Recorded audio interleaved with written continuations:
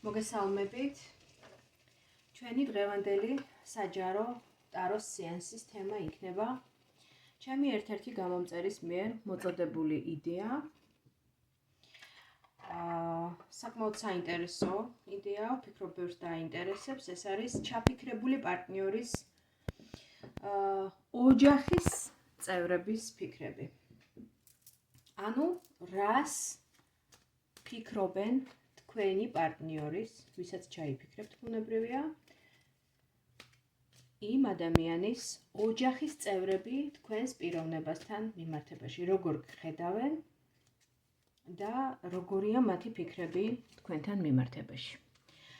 თუ ვინ შეიძლება იყოს ჩაფიქრებული პარტნიორი, ანუ ვინ შეიძლება ჩაიფიქროთ, ბუნებრივია მე გულისხმობ სასიყვარულო პარტნიორს, ვისთანაც სასიყვარულო ურთიერთობა გაკავშირებთ, ვფიქრობ ეს თემა უფრო ქალბატონებს, ქალებს დაინტერესებთ, თუმცა არც მამაკაცები არ არიან გამონაკლისები, მამაკაცებსაც აინტერესებთ ტარო და ტაროს სეანსები და სავსებით ლოგიკურია, რომ ამ კონკრეტულ შემთხვევაში ჩემი მსმენელებიდან იყვნენ ასევე გარდა ქალბატონების და მამაკაცებიც და მათაც ასევე აინტერესებდეთ თუ რას ფიქრობენ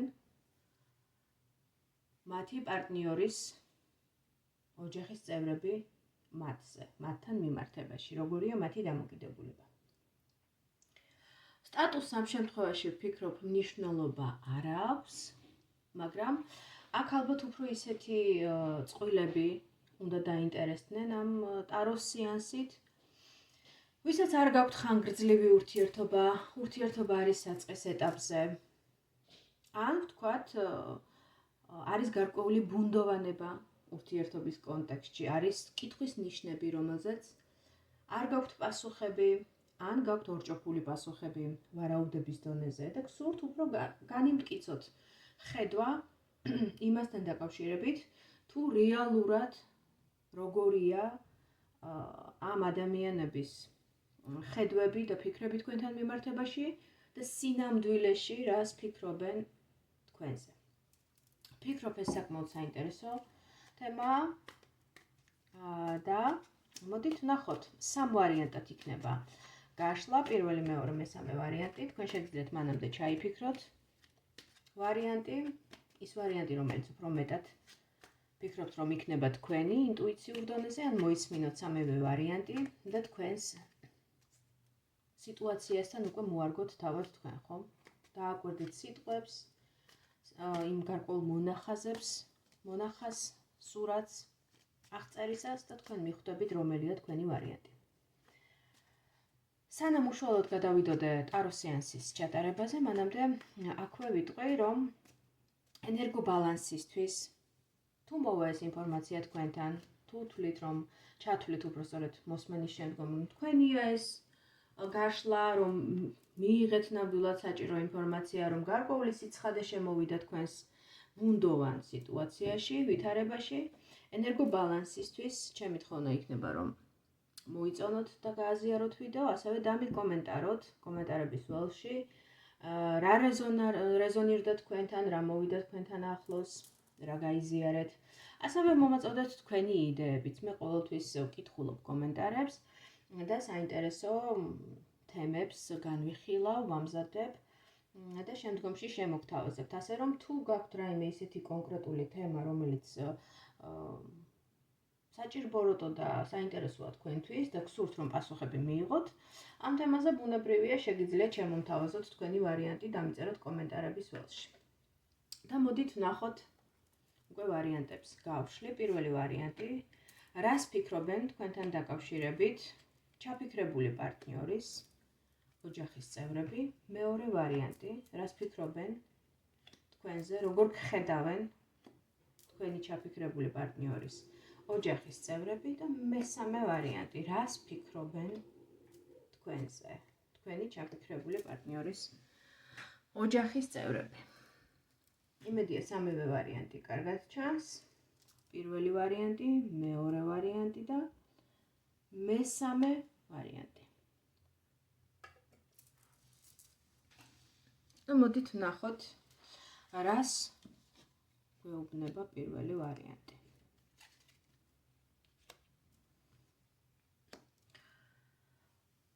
მესამე ვარიანტში საკმაოდ ურთიერთგანსხვავებული ენერგიების თვალსაზრისით ურთიერთგანსხვავებული არკანები ამოდის.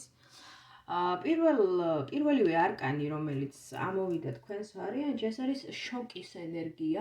პირდაპირ შეიძლება ასე თამამად გამოვაცხადო, რომ თქვენ რაღაცა შოკური თერაპიასავით ჩაუტარეთ თქვენი პარტნიორის ოჯახის წევრებს, მათთვის შოკის მომგვრელი იყო თქვენს შესახებ გაგება, რომ თქვენ ამ ადამიანთან იმყოფებით პარტნიორულ ურთიერთობაში.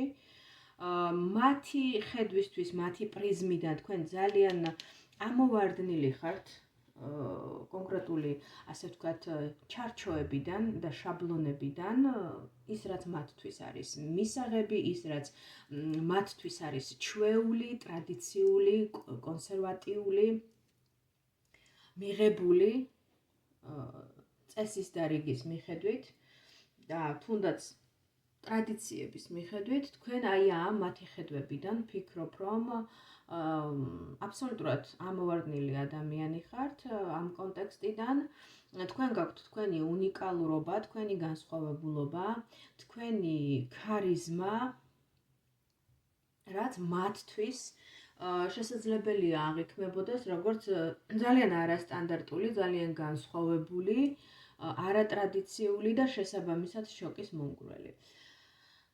თუმცა ვერ ვიტყვი, რომ რაღაცა ესეთ საომარ ფლანგზე გამოგიწვევენ და რაღაცა ომს გამოგიცხადებენ და ძალიან ისეთი ხისტი იქნება მათი მხრიდან წინააღმდეგობა ან თუნდაც საკუთარი საზღვრების დაცვა.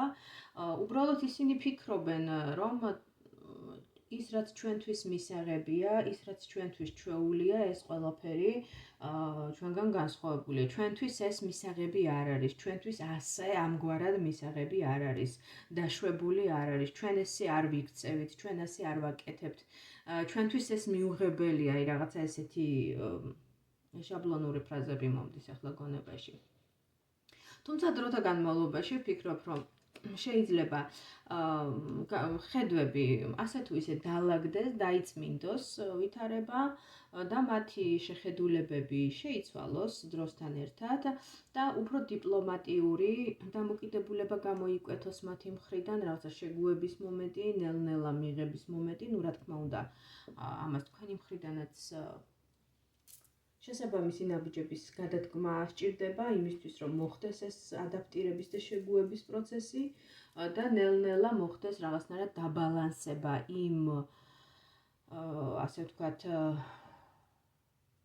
დესტრუქციული კონტექსტისა, რომელიც ჩანს თავიდანვე, იმიტომ რომ ამოდის არკანი კოშკი, რომელიც აბსოლუტურად შოკის მომგვრელ ენერგიებზე საუბრობს, როდესაც რაღაცა ისეთ სიგებენ ადამიანები და ან ისეთ გარემოსთან ისეთ ადამიანთან უწევთ კომუნიკაცია, რომელიც მათთვის მიუღებელია ან რადიკალურად მათგან განსხვავებულია. შესაბამისად, ზოგადად მით უმეტეს ტრადიციულ ადამიანებს და ეს ჩარჩოებში ჩასმულ ადამიანებს ძალიან უჭირთ განსხვავებული ადამიანების მიღება, განსხვავებულად რაღაცაების დანახვა და შესაბამისად მათ ჭირდებათ ჩვეულებრივზე მეტი დრო იმისთვის, რომ შეეგუონ მოცემულობას და მიიღონ, ადაპტირდნენ შეცვლილ გარემოებებთან. აი, უფრო რაღაცა ესეთი ენერგიები ამოდის პირველ ვარიანტში. კარგით, მოდით ვნახოთ მეორე ვარიანტი. მეორე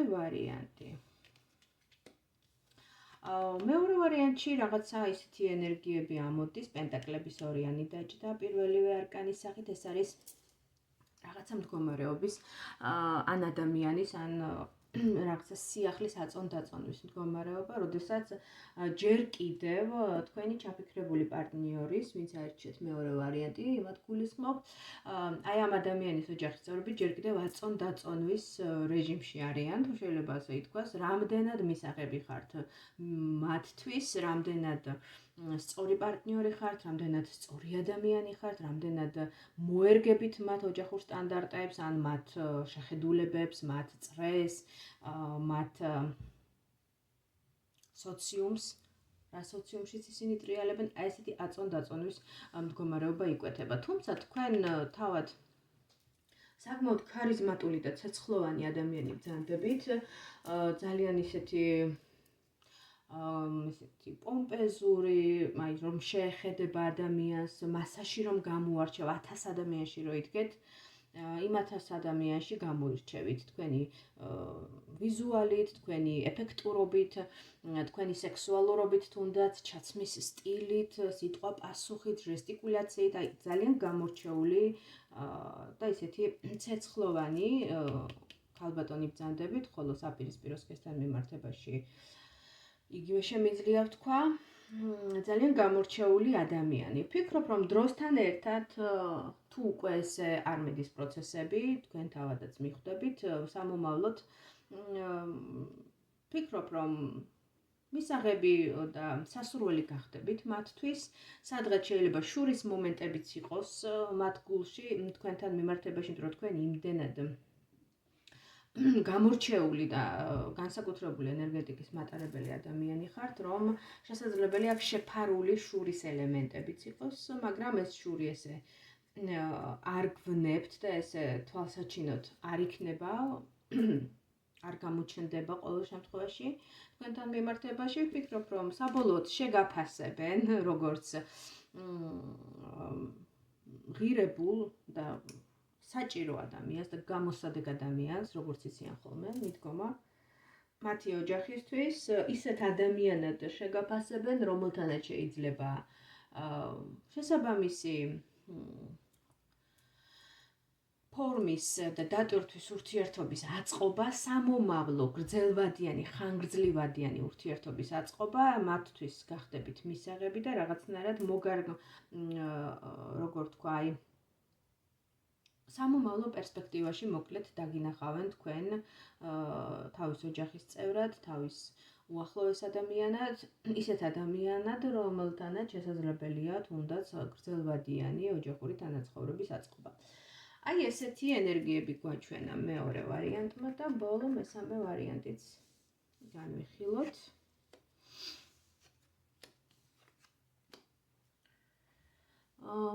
საერთოდ სხვა სიტუაცია, არ ვიცი, ძალიან მოწყენილი, ძალიან ისეთი დეპრესიული ფონი.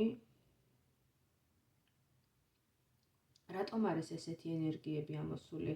ვინ განიცდის რა?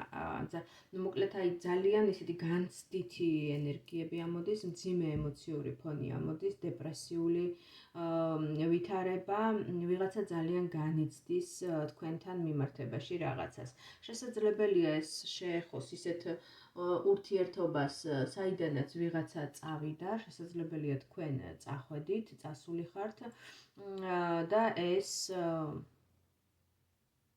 მძიმე ემოციური ფონი, რომელიც აქვს სავარაუდოდ თქვენს პარტნიორს, ასევე აისახება მის ოჯახის წევრებზე.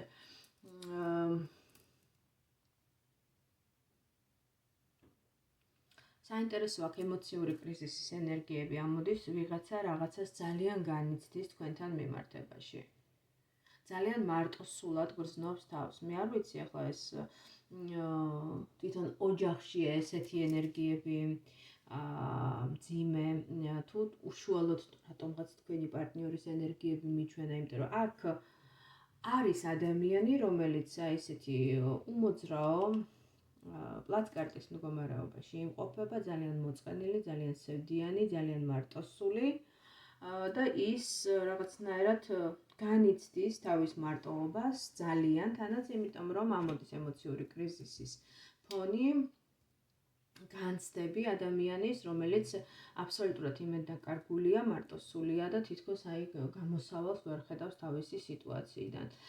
ვიღაცა წასულია ამ ადამიანის ცხოვრებიდან, შესაძლებელია ეს იყოთ თქვენ და ეს წასვლის მდგომარეობა ძალიან მძიმედ აისახება ამ ადამიანზე და შესაბამისად შესაძლებელია ოჯახის წევრები ასევე ძალიან განიცდიან ამ ადამიანის ასეთ მდგომარეობას. აქ არის ნამდვილად ესეთი ზღვა ემოციების, მაგრამ ეს ემოციები არის უფრო ნეგატიურ კონტექსტში, აქ არ არის დადებითი ემოციები, აქ არის მძიმე კრიზისული ემოციები, მარტოსული ადამიანი, რომელიც პასიურია, არ არის ქმედითი, არის უმოქმედო მდგომარეობაში და ეს უმოქმედობა შესაძლებელია განპირობებული იყოს გარკვეული ემოციური კრიზისით, რომელიც მან ჯერ კიდევ უახლოეს წარსულში გადაიტანა, შესაბამისად ეს ჭრილობები, ეს დანაკლისი არ არის გადალახული, არ არის მონელებული ადამიანის მიერ და ის ჯერ კიდევ ძალიან მძიმე ემოციურ კრიზისში იმყოფება. შესაბამისად, თუ თქვენ ხართ ისეთი წყვილი და ისეთი ადამიანი ჩაიფიქრეთ, რომელთანაც ან პაუზა გაქვთ აღებული და წამოსული ხართ, ან დაშორდით, შემიძლია თავისუფლად და თამამად ვთქვა, რომ ეს ადამიანის თავის ამ მთელ თავის ნეგატივს ავრცელებს თავის ოჯახის წევრებზეც და საბოლოოდ ოჯახში არის საკმაოდ ესეთი მძიმე კრიზისული მდგომარეობა, საიდანაც ერთი შეხედვით გამოსავალიც არ ჩანს და ეს კრიზისული მდგომარეობა დაკავშირებულია ადამიანის წასვლასთან, გარიდებასთან, რაღაცნაირად სხვა გზის, სხვა ცხოვრების ძიებასთან. თითქოს ადამიანი არის წასული, იმიტომ რომ რაღაცამ არ დააკმაყოფილა, ვიღაცამ არ დააკმაყოფილა, ვერ იპოვნა ის ემოციური ავსება, რასაც ეძებდა, დიდხანს ითმენდა, ელოდებოდა, მაგრამ რომ მიხვდა, რომ საბოლოოდ არ იყო გამოსავალი და ურთიერთობაში ვერასოდეს ვერ მიიღებდა იმას, რაც მას ემოციურ კმაყოფილებას მოუტანდა და ავსებას მოუტანდა, შესაბამისად ის დაადგა თავის გზას. ხოლო მეორე ადამიანი, რომელიც დარჩა იქ, სადაც იყო, ის რაღაცნაირად ემოციურ, ასე ვთქვათ, კრიზისში იმყოფება. ჩანს ადამიანის წასვლა ჯერ და შემდგომ აი ეს გაჩერებული უმოქმედო პასიური მდგომარეობა და ემოციური კრიზისი. აი ესეთი საინტერესო პასუხები მოგცა ტარომ, ჩემო მეგობრებო. თუ მოვიდა ეს ინფორმაცია თქვენთან, თუ შეგეხოთ, ჩემი თხოვნა იქნება კიდევ ერთხელ განმეორდებით და ვიტყვი, რომ დალაიქოთ და გააზიაროთ აღნიშნული ვიდეო, ასევე დამიწეროთ თქვენი აზრები, თქვენი იდეები, თქვენი მოსაზრებები ამ ვიდეოსთან დაკავშირებით, თუნდაც სამომავლო თემებთან დაკავშირებით და მე მას აუცილებლად გავითვალისწინებ. ახლა კი დაგემშვიდობებით, დროებით მომავალ შეხვედრამდე.